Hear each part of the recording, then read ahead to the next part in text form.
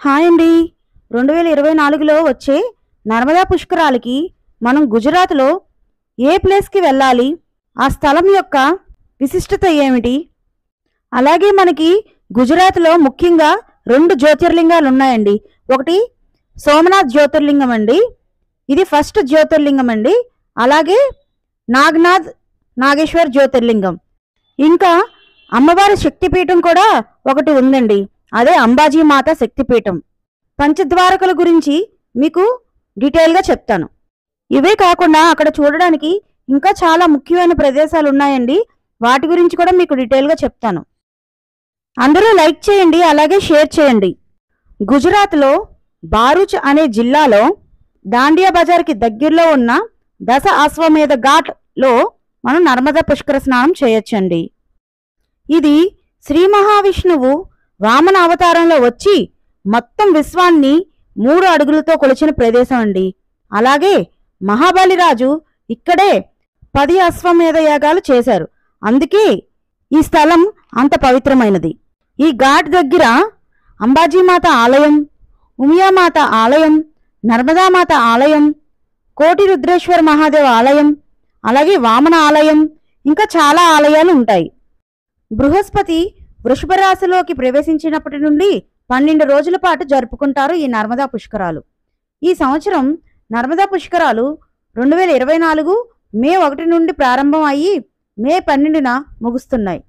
ఈ వీడియోని స్కిప్ చేయకుండా చివరి వరకు చూడండి, అలాగే లైక్ చేయండి, షేర్ చేయండి. ఇంకా ఎవరైనా సబ్స్క్రైబ్ చేసుకోకపోతే సబ్స్క్రైబ్ చేసుకోండి. సబ్స్క్రైబ్ చేసిన తర్వాత పక్కనే ఉన్న బెల్ ఐకాన్ని ప్రెస్ చేసి అక్కడ ఆల్ నోటిఫికేషన్స్ అని ఉంటుంది, దాన్ని ప్రెస్ చేయండి. అప్పుడు నేను చేసే ప్రతి వీడియో కూడా మీకు నోటిఫికేషన్ వస్తుంది. ఈ నర్మదా పుష్కరాల మీద నేను ఆల్రెడీ 2 వీడియోలు చేశానండి. ఒకటి నర్మదా పుష్కరాలు పార్ట్ 1 అమర్కంటక్ అండి, రెండోది నర్మదా పుష్కరాలు పార్ట్ 2 ఓంకారేశ్వర్ అండి.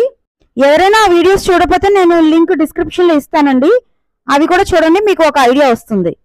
మనం బారూచ్లో చూడవలసిన ఇంపార్టెంట్ ప్లేసెస్ గురించి మీకు ఇప్పుడు చెప్తానండి.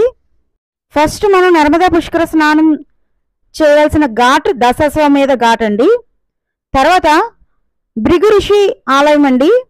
భృగు ఋషి ఇక్కడ భృగు సంహిత అనే బుక్ని రాశారండి.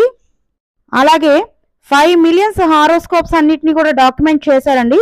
అందులో విశ్వంలో ఉన్న ప్రతి ఒక్కరి రాతని రాశారు ఆయన.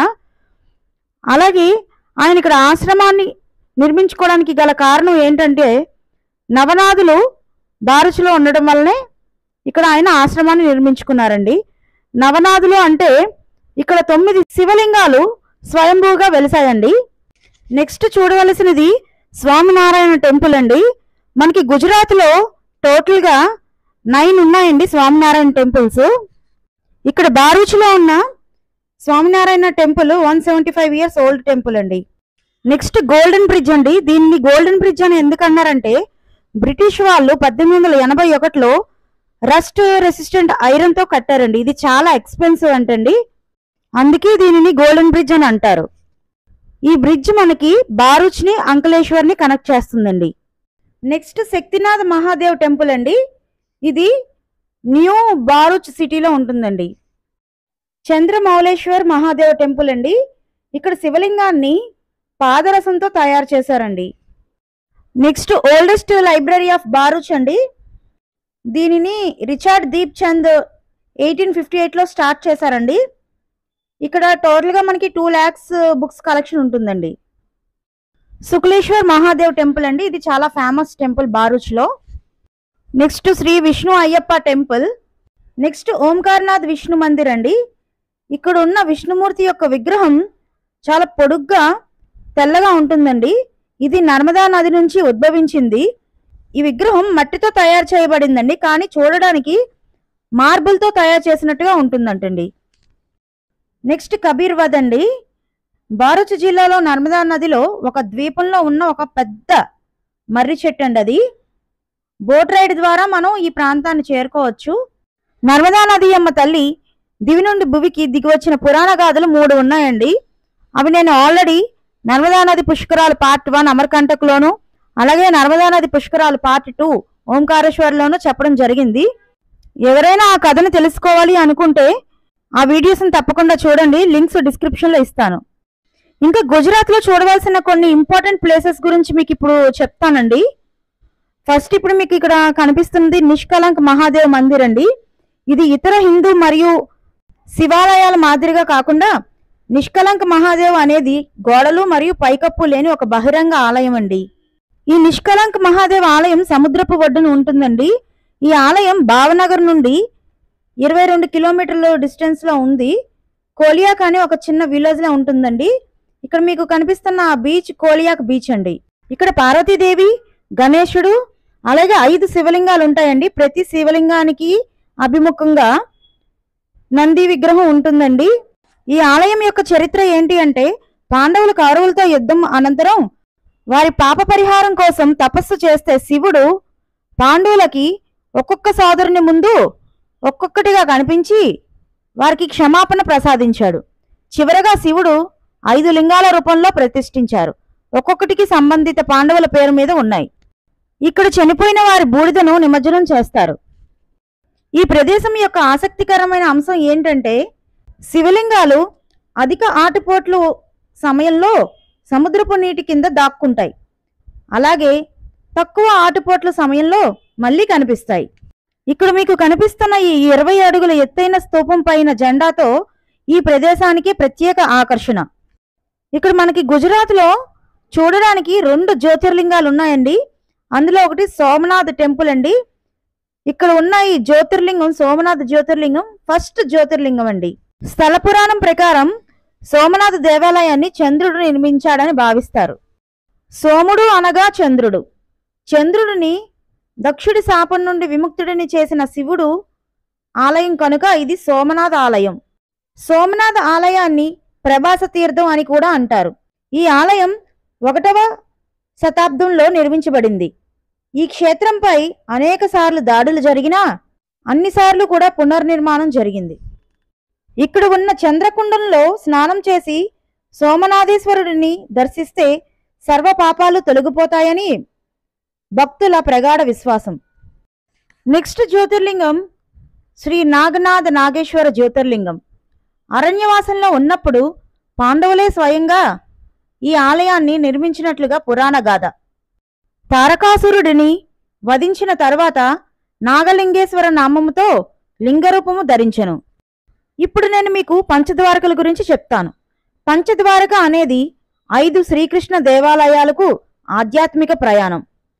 శ్రీకృష్ణుని దివ్య క్షేత్రాలలో అతి విశిష్టమైనది గుజరాత్లోని ఈ దివ్యధామం. జరాసంధుని బారి నుండి తప్పించుకునేందుకు ఈ నగరాన్ని నిర్మించినట్లు పురాణాల ద్వారా తెలుస్తుంది. శ్రీకృష్ణుడి మనవడు అయిన వజ్రనాథుడు ఈ మందిరాన్ని మొట్టమొదటిసారిగా నిర్మించినట్లు పురాణాలలో ప్రస్తావన ఉంది. ఈ ద్వారకలో ఉండే ఆలయాన్ని ద్వారకాధీష్ ఆలయం అంటారు. శ్రీకృష్ణుని ద్వారకా నగరం సముద్ర గర్భంలో ఇంకా ఉందని పరిశోధకుల అభిప్రాయం. బెట్ ద్వారకా అనేది ద్వారకలోని అరేబియా సముద్ర తీరంలో ఉన్న ఒక ద్వీపం. ఇది గుజరాత్లోని ఓఖా తీరానికి 3 కిలోమీటర్ల దూరంలో ఉంది. నెక్స్ట్ డాకోర్ ద్వారకా రాంచోడ్రైజీ ఆలయం. అహ్మదాబాద్ నుండి 60 కిలోమీటర్ల దూరంలో ఉంది ఈ ఆలయం. ఇప్పటి వరకు చెప్పిన ఈ 3 ద్వారకలు గుజరాత్లో ఉన్నాయి. కంక్రోలి ద్వారక. ఈ ఆలయం రాజస్థాన్లోని ఉదయ్పూర్లో ఉంది. ఉదయ్పూర్ నుండి 65 కిలోమీటర్ల దూరంలో ఉంది. ఇది వైష్ణవుల అతి ముఖ్యమైన దేవాలయం. నెక్స్ట్ నాథ్ ద్వార్ శ్రీనాథ్జీ ఆలయం. ఇది కూడా ఉదయ్పూర్లోనే ఉంది. పంచద్వారకలలో 3 ద్వారకలు గుజరాత్లోని, 2 ద్వారకలు రాజస్థాన్ ఉదయ్పూర్లోని ఉన్నాయి. నవద్వారకలు. నవద్వారకలు అంటే ఇప్పుడు నేను చెప్పిన పంచద్వారకలు ప్లస్ మరో 4 ద్వారకలు. అవి ఏంటి అంటే ముక్తి ద్వారక, రుక్మిణీ ద్వారక, సుధామ ద్వారక, ముల్ ద్వారక. ఇప్పటి వరకు నేను చెప్పిన ఈ పంచద్వారకలు సోమనాథ్ జ్యోతిర్లింగం, నాగేశ్వర్ జ్యోతిర్లింగం, అలాగే బారూచ్లో నర్మదా పుష్కర స్నానానికి మొత్తం మీకు 8 డేస్ పడుతుందండి. ఇప్పుడు ఇక్కడ మీరు చూస్తున్నది స్తంభేశ్వర్ మహాదేవ్ ఆలయం అండి. ఈ ఆలయం వడోదర నుండి 50 కిలోమీటర్ల దూరంలో కవింబోయి అనే గ్రామంలో ఉంది. సముద్రపు అలలకు అనుగుణంగా ఈ ఆలయం కనిపించడం మరో విశేషం.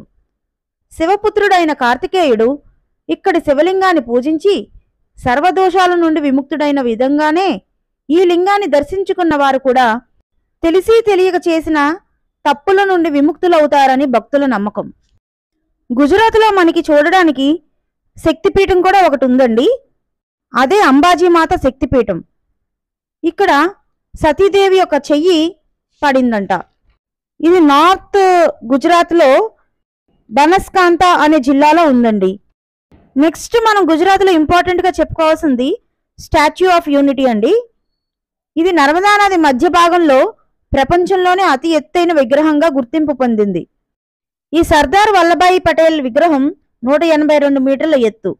ఈ సర్దార్ సరోవర్ డ్యామ్ గుజరాత్ జిల్లాలోని నర్మదా డిస్ట్రిక్ట్లో ఎందుకు కట్టారంటే వాటర్ని, ఎలక్ట్రిసిటీని గుజరాత్కి, మధ్యప్రదేశ్కి, మహారాష్ట్రకి, రాజస్థాన్కి ప్రొవైడ్ చేయడం కోసం కట్టారండి.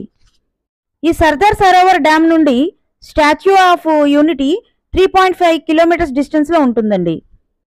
ఇంకా మీరు గుజరాత్లో చూడవలసిన కొన్ని ప్లేసెస్ చెప్తానండి. వడోదరాలో Lakshmi Vilas palace, Sayaji Baug, Shri Swaminarayan Mandir, Sursagar lake, Kirti Mandir, Maharaja Sayajirao university, Zarwani water falls, Surya Mandir and EME temple. అహ్మదాబాద్లో చూడవలసిన ఇంపార్టెంట్ ప్లేసెస్ సబర్మతి ఆశ్రమం, Swaminarayan temple, Rani ki Vav, Modhera sun temple, Sardar Vallabhbhai Patel national museum, Jhulta Minar. Next Porbandar అండి. మనందరికీ తెలుసు గాంధీజీ పుట్టిన ప్రదేశం అని. ఇక్కడ చూడవలసిన ప్లేసెస్ చెప్తాను కొన్ని మీకు. అక్కడ మెయిన్ సుధామ టెంపుల్ అండి, శ్రీకృష్ణుడి ఫ్రెండ్ అయిన కుచేలుడు. ఇంకా Porbandar beach, Shrihari Mandir, Kirti Mandir, Bilveshwar Shiva temple, Ramdhun temple, Jadeshwar temple, Satyanarayan Mandir. పంచద్వారకలు కవర్ చేయాలి అనుకునేవారు రాజస్థాన్ వెళ్తారు కాబట్టి ఎవరికైనా ఇంట్రెస్ట్ ఉంటే మౌంట్ అబూ కూడా వెళ్ళొచ్చండి. ఉదయపూర్ నుండి మౌంట్ అబూ 163 కిలోమీటర్స్ అండి, 3 అవర్స్ జర్నీ. ఇప్పటి వరకు నేను చెప్పిన ఇంపార్టెంట్ ప్లేసెస్ అన్నీ కూడా కవర్ చేయలేరండి. మీకు అందులో నచ్చినవి ఒక లిస్ట్ ప్రిపేర్ చేసుకొని దాని ప్రకారం మీరు టూర్ ప్లాన్ చేసుకోండి. అంటే నేను గుజరాత్లో ఉన్న మెయిన్ ప్లేసెస్ మీకు చెప్పాను. ఇప్పుడు నేను మీకు ట్రాన్స్పోర్టేషన్ గురించి చెప్తానండి.